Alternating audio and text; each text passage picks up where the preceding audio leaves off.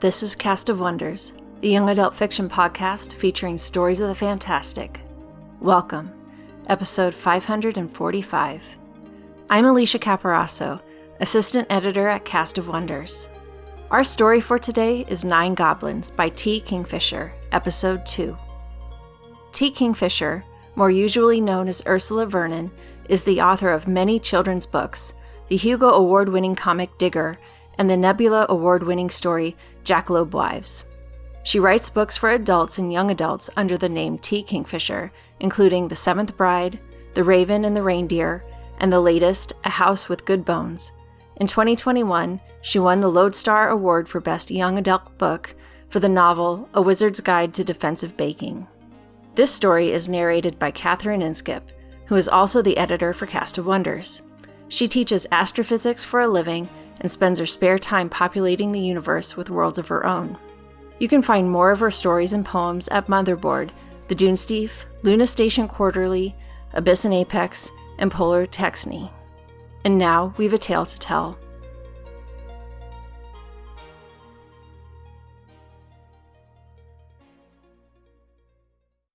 Nine Goblins by T. Kingfisher. Narrated by Catherine Inskip. Part 2. Sings to Trees morning began slightly after dawn when the hen crowed. She was a black hen with a fine gold eye and a blue sheen to her feathers. She laid quite large brown eggs. She also mounted the other hens occasionally, an exercise in battlement for everyone involved. And every morning she crowed. As far as he could tell, she seemed happy, so he'd resigned himself to getting up at hen's crow most mornings. He hadn't wanted a rooster anyway. His farm was located on the edge of what were nominally the Elven lands. A small human settlement lay less than an hour's walk away, where woods gave way to farmland. The humans viewed him as falling somewhere between the priest and the village idiot, and thus required feeding either way. Depending on the time of year, gifts of flour or cheese or bacon were always turning up, and they dumped excess chicks on him year-round. He had a hard enough time keeping up with donated chickens. Had his small flock been producing more on their own, he'd have been hip-deep in fowl. So he was somewhat grateful for the confused hen after all. This morning there was a small fresh cheese on the doorstep, accompanied by a small jug of buttermilk. He took both inside.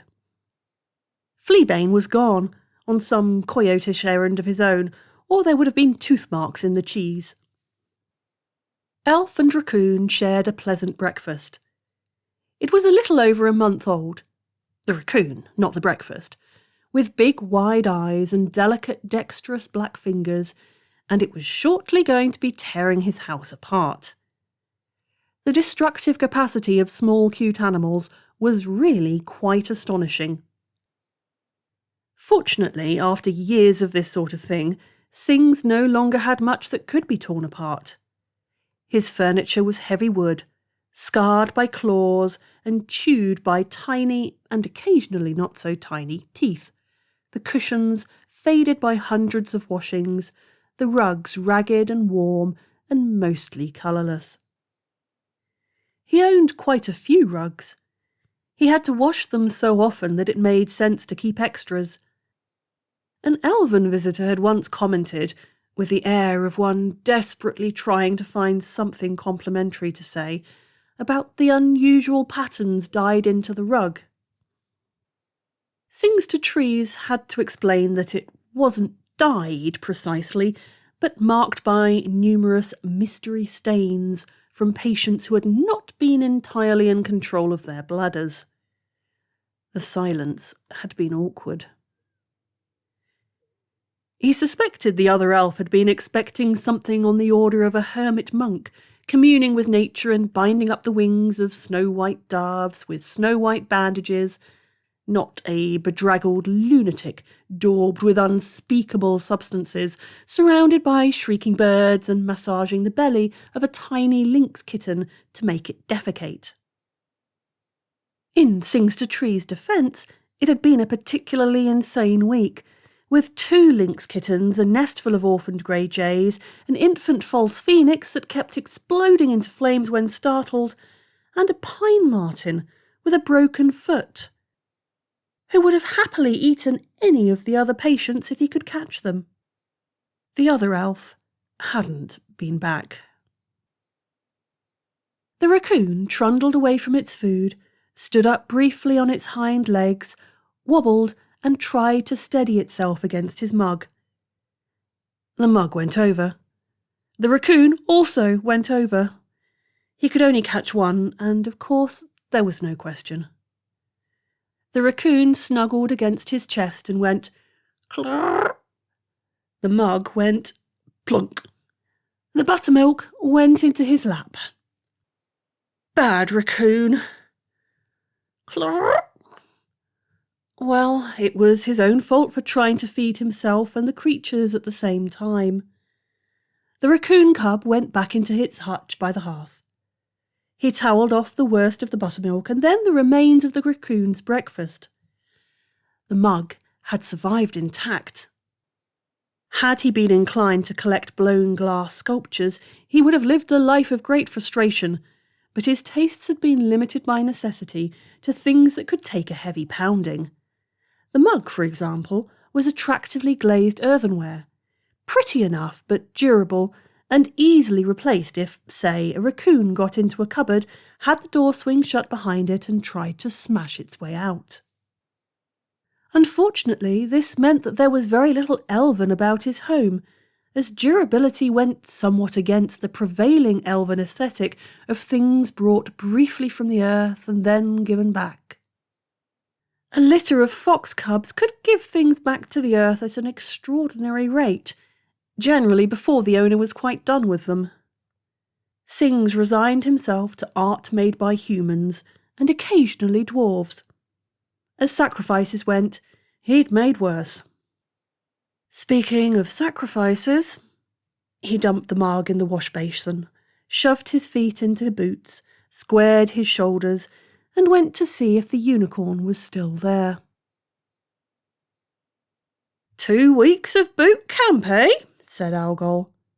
He was digging in the pack goat's packs until he came up with a dubious bit of steak left over from the elephant, or possibly Blockhammer. Here, put this on your eye. The steak was cold, thanks to Murray. He had invented a device that kept meat cold, a small box with a fan and little metal wings. He claimed the wings dispersed heat. Most of the other goblins thought he was loony, but Algol had made an effort to understand. Like birds, he'd said. Murray had stared at him, wiping sweat from under his goggles. Hot air rises, Algol tried to explain.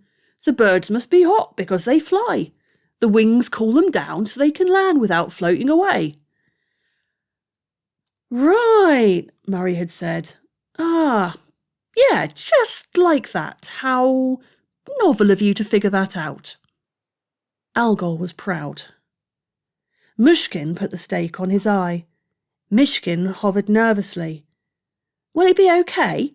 Should he go to the medics? You in a big hurry to lose the eye? Asked Algol mildly. Keep the steak on it, you'll be fine. He had figured out that the best way to deal with the twins was to address them as one goblin with 4 arms and 2 heads. This is Buttercup. Algol nodded to the supply goat. Hi, Buttercup, the twins chorused. Up ahead, Sergeant Nasilka cringed. Why had she let him name the goat? You shouldn't name the goat, it was just the goat. If food got scarce enough, you ate the goat, and that was much harder when it had a name. Algol was a good goblin and a fairly reliable corporal, but he had some odd blind spots, often where animals were involved. Now then, boot camp. Kill a lot of straw men? Yes, Algol.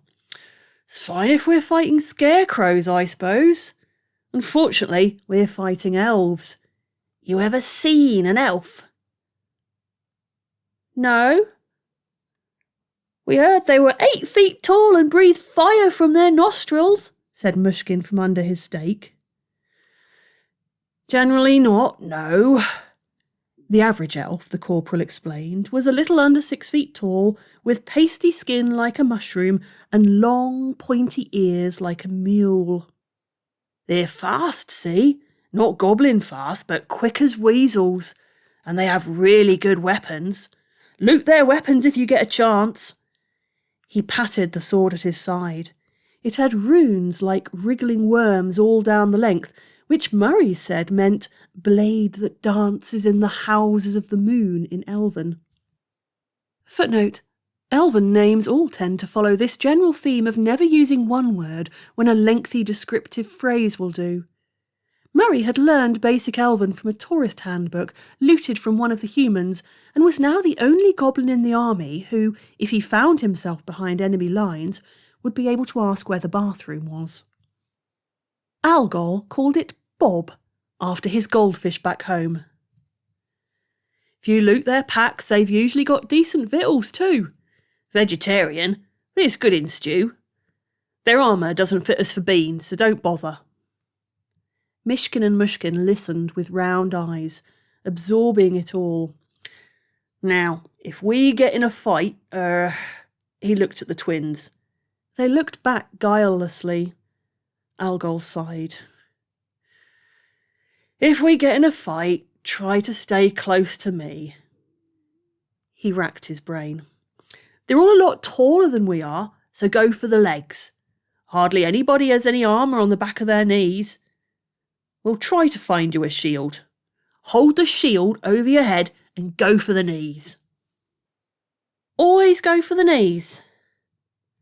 Always go for the knees was in fact the family motto of Clan Uggersplut, to which Algol belonged in a roundabout fashion involving several second cousins and a yak. Uggersplut, as it happened, was also the clan to which the most competent of the ranking generals of the Goblin army also belonged. It had been the scions of Uggersplut who carried the demands of the goblins to the humans long ago at the start of the war. Goblins, much like rats, prefer to flee, but when they're cornered, well. When the goblin scout had arrived on the shore of the Western Sea, the goblin tribes had turned all together like an enormous green rat at bay and bared their collective teeth.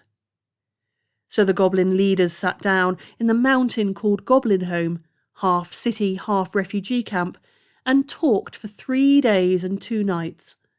As the sun set on the 3rd day, they signed the large warthog hide on which their demands were written. Then they drew straws for who would carry it to the humans. Clan Uggersplut had drawn the short straw. Mounted on their best steeds, their faces marked with elaborate tribal patterns in black earth, coup markers braided into their hair, Uggersplut rode down from the mountains to the largest of the nearby human settlements. Single file, heads held high, they rode through the centre of the town and stopped in the central square and demanded to see the leader of the town. Many of the subtleties were lost on the humans. The lean bodies of war pigs in fighting trim looked feral and half-starved to human eyes, and the patterns of black earth, in which a goblin could have read whole volumes about tribal affiliations and clan standing, looked like streaky dirt and caked dust. Coup markers of bone and stone, denoting enemies slain and great deeds done, were seen as garbage trapped in unwashed hair. Where goblins would see high-ranked emissaries in full regalia, the humans saw a raggle-taggle band, ill-kempt and filthy, to be held in pity and contempt. The mayor came out to greet them. To give what little credit he was due, he probably thought he was trying to be kind.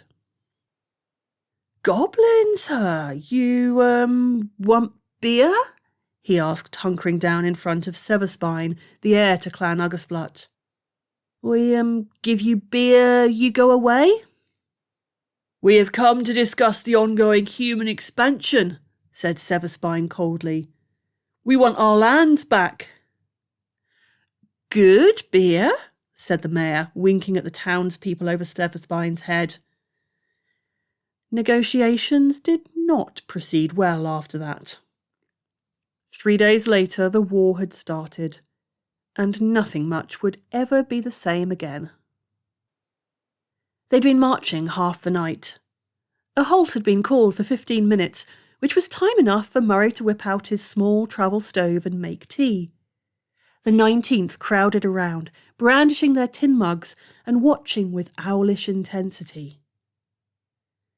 Goblin tea resembles a nice cup of Earl Grey in much the same way that a catfish resembles the common tabby. They share a name, but one is a nice thing to curl up with on a rainy afternoon, and the other is found in the muck at the bottom of polluted rivers and has bits of debris sticking to it. Murray poured the tea. Hands went into packs and came out with fistfuls of crude rock sugar. The resulting brew resembled a kind of sweet, gritty mud. Sounds of slurping were followed immediately by cheerful complaints.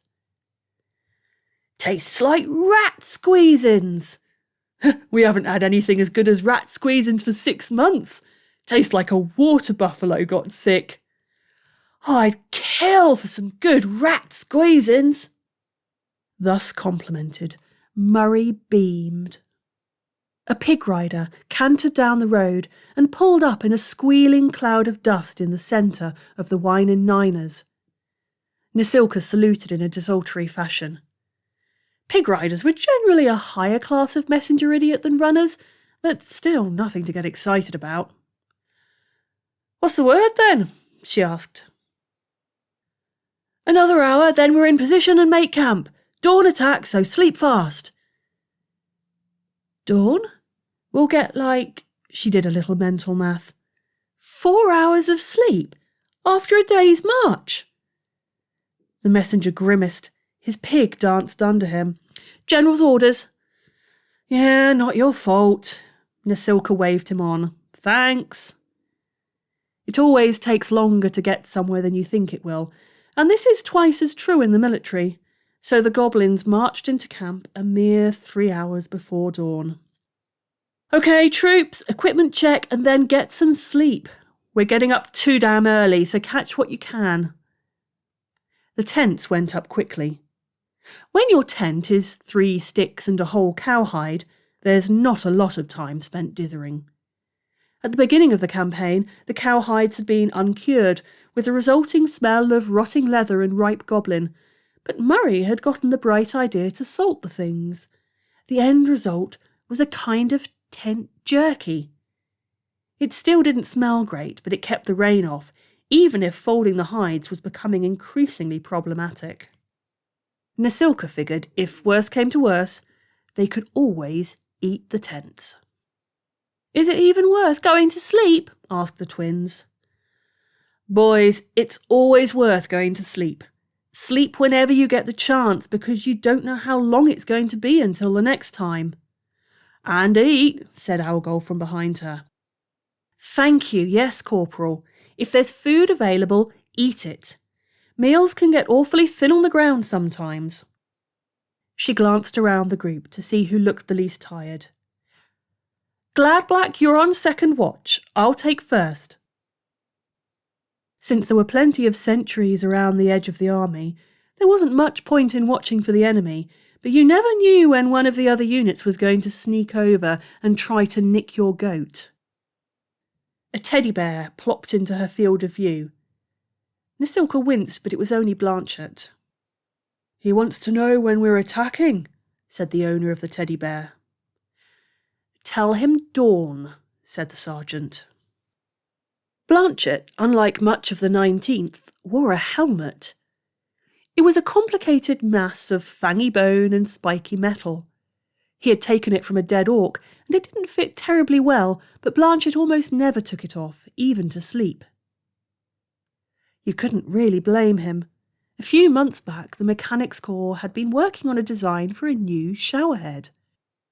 The resulting explosions had involved terrific loss of life on both sides, and Blanchett had taken a flying log upside the head.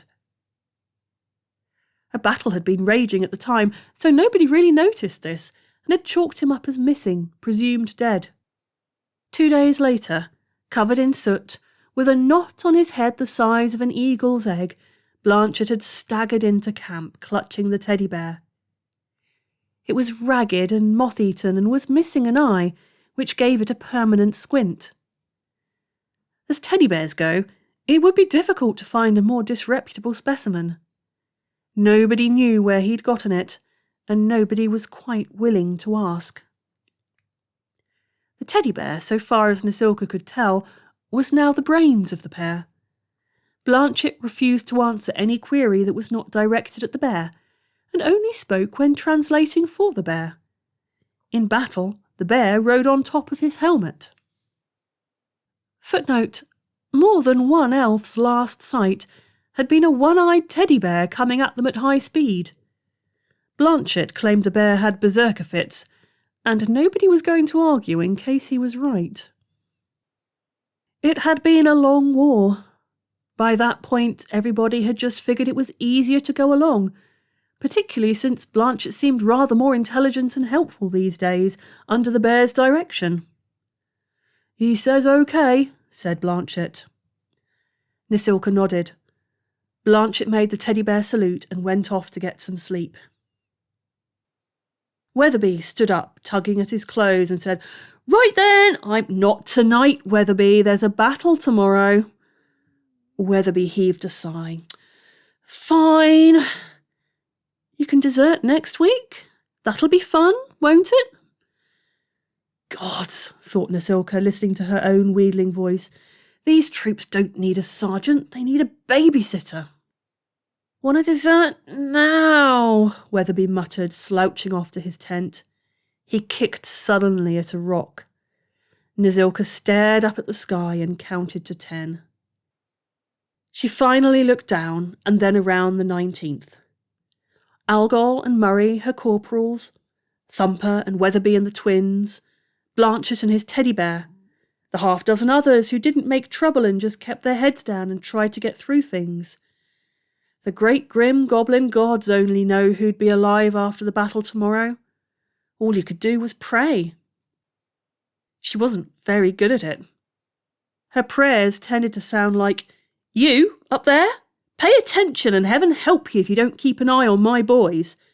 But, as she had every night since becoming sergeant, Nasilka prayed.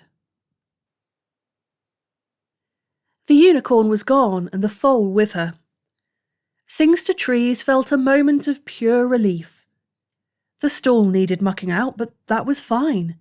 He'd rather have mucked a dozen stalls than deal with a grumpy postpartum unicorn. It was, all things considered, a glorious late spring morning. Birds sang in the trees, and the air was that tantalising temperature which was just warm enough so that it didn't feel like anything until a delicious cool breeze would flicker across your skin. The leaves had come in brilliant, blinding green and glittering like hot stained glass when the sun lanced through them. Singster Trees went around the side of the ramshackle barn, found his shovel and went to work on the stall. It was hot work, lifting each shovelful into the wooden wheelbarrow, and he was sweating by the time he wheeled the first load up to the garden. Unicorn dung was pretty safe fertiliser. Sometimes the magical creatures had pretty unusual things in their waste. He'd once nursed an injured periton, a great grey stag with the wings of a heron and the carnivorous diet of a lion, for 2 weeks. He'd gone through a lot of chickens. Afterwards, he'd put the dung on his tomato plants, and they'd grown 6 feet practically overnight. He could have handled that, but the fruit grew tiny green antlers. He could probably have handled that, too, even after they shed their velvet and got unsettlingly sharp, but he started finding the tomatoes gored and dripping seeds in the morning. Then the nearby zucchini began showing up with scarred rinds and suspicious gouges. Eventually, he was down to one big 8-point tomato buck, a vicious vegetable he suspected was plotting to kill him. He'd put on his cockatrice handling gloves and torn the whole patch out before things got out of hand. He'd left that corner empty for a year and then put in chard. Chard seemed pretty innocuous. Not a lot of mayhem available to chard. He didn't actually like chard, but there were plenty of animals that came through that would. So far, it hadn't done anything suspicious. He shuddered to think what would have happened with potatoes. The second wheelbarrow load came and went, and that was it. He sluiced the stones down with water and listened to it gurgle away, feeling the satisfaction of a dirty job done well. A hoof stamped on the stones. He turned. There was a dead deer looking at him. He didn't yelp. On the scale of weird things that had come to him for help, this didn't even make the top 10. Still, he did inhale sharply, and he was glad the shovel was within easy reach. It was a complete skeleton, fully articulated, standing framed in the square of light of the open barn door. Its filigreed shadow streamed away into the darkness of the barn and was lost. He knew it was a deer because of the hooves and the skull and the build, but the delicacy of the thin bone legs was belied by the great rack of antlers on its head, a massive, labyrinthine rack, more than he'd known a deer could possibly fit onto its skull. For one horrible moment, he wondered if thinking about the Periton had summoned its ghost. But no, there were no wings, and so far as he knew, the beast was still alive. This creature was probably not alive, at least not in the conventional sense. It looked at him. It didn't have eyes, and its empty eye sockets weren't full of eldritch fire, or even darkness. They were just eye sockets, full of ivory shadows and little more. Nevertheless, it looked at him. "Can I help you?" he said. It kept looking at him. He spread his hands and took a cautious step forward, then another. It tilted its head very slowly, and one hind hoof lifted a little and scraped at the cobbles, the faintest sound, like a tree branch creaking in a soft breeze. "Do you need help?" he tried again and took another step. It rattled at him. He froze. The skeleton was articulated, so far as he could tell, by a kind of fine dark webbing at the joints. It looked almost like dried algae, brownish black and forming organic loops and swirls over the balls of the joints. The deer had given a kind of rolling, full-body shrug down the length of its spine, and the clatter of vertebrae together had made the rattling noise he heard. Sings lifted his hands, palms out. He didn't know what that was supposed to prove, if anything. No reason to think it would recognise any humanoid body language at all. It might understand him, or it might not. Some of the odder creatures were able to understand human speech, and some were no different from regular beasts. They stood there for a few minutes, the man and the dead deer, and then it swung its head away, the long, smooth nasal bones pointing into the trees nearest the barn, and stamped its hoof again. A skeletal doe melted out of the trees. She had an awkward, hopping gait, completely at odds with the ossuary grace of the buck.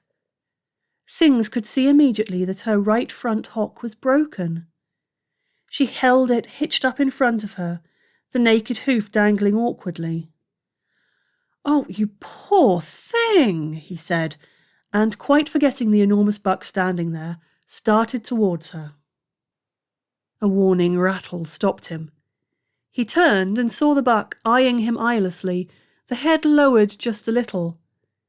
He lifted his hands again. "I'll do what I can," he told the bone stag, and then, hoping he wasn't about to be spread-eagled on that gigantic antlered mass, he bowed deeply to the stag, and straightened, and waited. They stood there for a long moment. The leaves whispered in the trees in a brief, cool breeze, that chilled the sweat on Sings-to-Tree's body. The stag lifted its head. Sings turned away. The skin between his shoulder blades crawled. He bowed to the doe for good measure, and she gazed at him with empty eye sockets.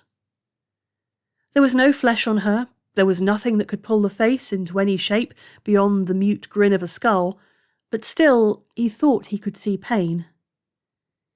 He knelt in front of her and very carefully took the injured leg in his hands.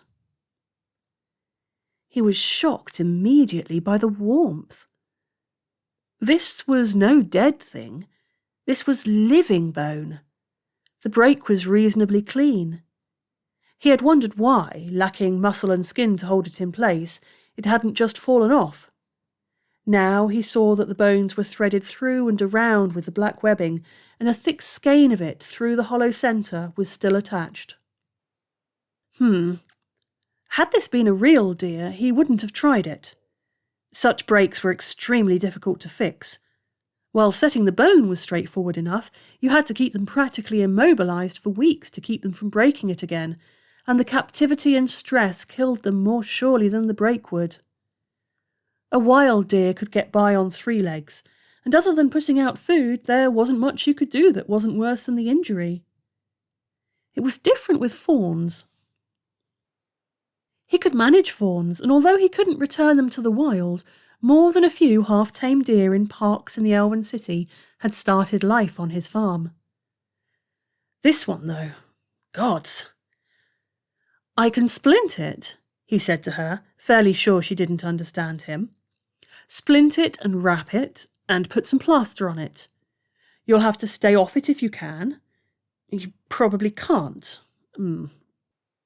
He was very aware of the stag's knot eyes boring into the back of his head. "Let's start with that," he said, and got up. The stag rattled a little, then stopped, as if embarrassed. Walking backwards, making wait gestures with both hands, he got inside the barn and began rummaging around for supplies with which to, once again, do the impossible. "War is just not efficient," said Murray.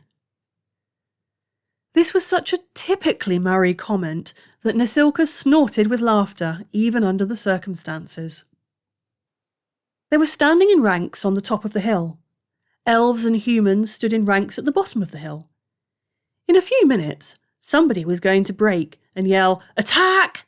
and the humans and elves would come up and the goblins would go down, and then it'd just be shouting and hitting and pointy things.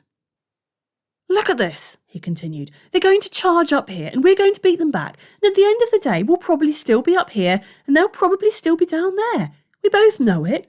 The battle isn't going to change anything, and it's all for control of this stupid hill, which neither of us would give a rat's hind end for if there wasn't a war." "It's nice hill," rumbled Algol. "It's pretty anyway." He had a wild flower tucked behind one ear. "It's a troll slip," he said helpfully when they all looked at him and his flower. "They grow on hillsides like this." "It's very, pink," said Murray. "My mum used to grow them back home." There didn't seem to be anything more to say on that front. They all looked forward again. He was right, so far as it went, but so was Murray. It was a hill, with big grey rocks scattered around the top, and little pink troll slips tumbling over them. Here and there an ox-eye daisy nodded in the sun. The hill had risen gently out of the woods behind them, leaving the trees behind in favour of a band of heather and the wildflowers. The other sides ranged between steepish in front and suicidal to the sides. It had a pleasant but not particularly dramatic view of the fields below. A nice place for a picnic, maybe, but probably not a place you'd build a house. Being the highest point for some miles, it was, however, the perfect place for a battle. Everybody wants the high ground, particularly if you're only 4 feet tall and need all the help you can get. The elves down below looked like tall white foxes, all narrow pointy faces and broad pointy ears. Their pale silver hair floated around their heads like halos. They stood in grim, silent ranks and watched the goblins through narrowed almond eyes. The humans below were a more varied lot, and came in almost as many colours as goblins, from dark brown to pasty pink. No green, though. You couldn't trust a species that didn't come in green. At least they fidgeted before the battle. Nasilka appreciated that. The elves stood like carved marble. The humans sweated and twitched and snickered and poked each other, very much like goblins. They say the waiting is the worst part. Mishkin and Mushkin had taken Algol's advice literally and were crowded up next to him like two ticks on a tomcat.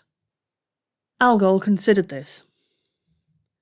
Nah, the worst part is the bit where you hit the other guy and hope he doesn't hit you. Oh. And the bit where they hit you, that's the worst too. Oh. And the bit where they've already hit you, and you're not sure if you're alive or not, that's definitely the worst. Corporal! Algol blinked at Sergeant Nasilka. Yes, Sarge?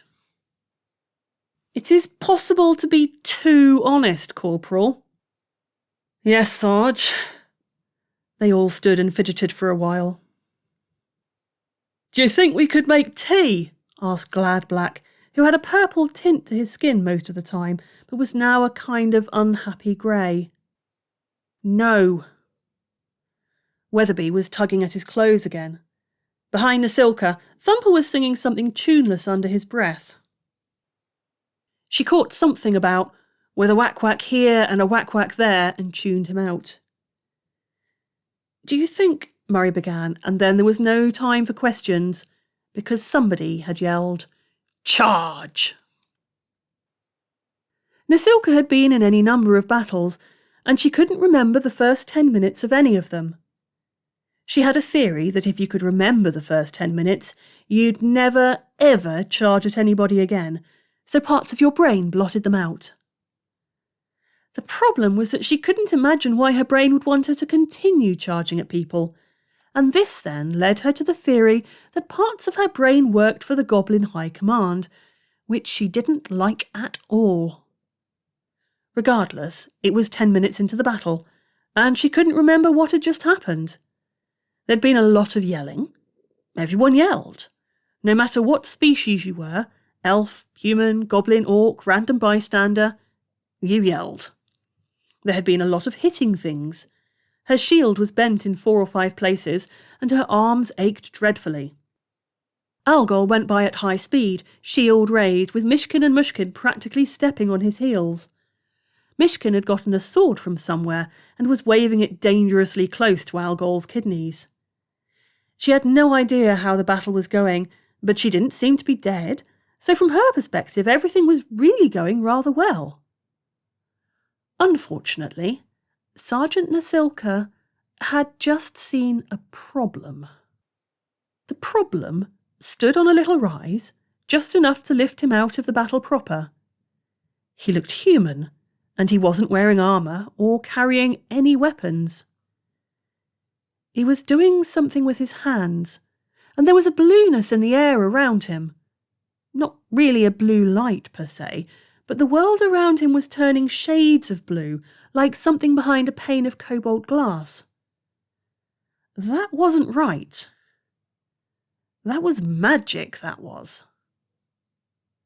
A bolt of blueness streaked out from his open mouth and hit a knot of goblins, who fell down. Oh, hell, Nasilka thought.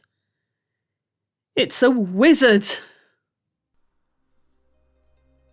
I have decided not to read ahead as I prepare my commentary, and man, it is hard not to forge ahead with this story. I completely understand the headspace of Sings to Trees and what he goes through to care for his animals. Just this morning, I was woken to the deep volcanic rumbles coming from my dog's belly, which gave me just enough time to catch the vomit in a tissue in my hands. I appreciated the audible warning, which meant I wasn't cleaning bed linens before work. We put up with things like this because we love the little monsters so much. Now, I find it difficult enough to manage 2 little 20-pound Louisiana swamp monsters. I can't imagine dealing with unicorns, gargoyles, and skeletal deer on a daily basis. I like Nasilka and Algol and Murray. They might not be the brightest, but they are competent and flexible in working with what they have when new orders arrive and situations change. They might not have a lot of confidence in the ultimate outcome of their task, but they have the flexibility to engender support and teamwork amongst the Ninth. They are good leaders, at least so far. I'm not sure yet which side I'm supposed to be rooting for in this war. I'm guessing it's both and neither. I can't wait to find out. Join us again soon. We love bringing you the best audio fiction week after week, but we can't do it without your support. Your donations pay for our authors, our narrators, our servers, and our staff. Please consider supporting us with a monthly donation through either PayPal or Patreon. You can also review us on Apple Podcasts, request us on Spotify, and consider the stories we publish for award consideration. There are lots of ways you can help. Join the discussion on the EA Forum, forum.escapeartist.net, or EA Discord. Visit on Twitter @CastOfWonders. Come say hello. Cast of Wonders is brought to you by editor Catherine Inskip and assistant editor Alicia Caparasso. Associate editors Tanya Adelot, Amy Brennan, Samto Oheswe, Kup Hakab, Amanda Kong, Ray O, Simon Pan, Samuel Poots, Emma Smales, Denise Sudell, and Rin Yi. Editorial assistant Amy Brennan, community manager Denise Sudell, and our audio producer Jeremy Carter. Cast of Wonders is part of the Escape Artist Foundation, a 501c3 nonprofit, and this episode is distributed under the Creative Commons Attribution, Non-Commercial, No Derivatives 4.0 International License. That means you can download or listen to the episode on any device you like, but you can't change it or sell it. Our theme music is Appeal to Heavens by Alexia Nov, available from Promo DJ or his Facebook page. Thank you for listening.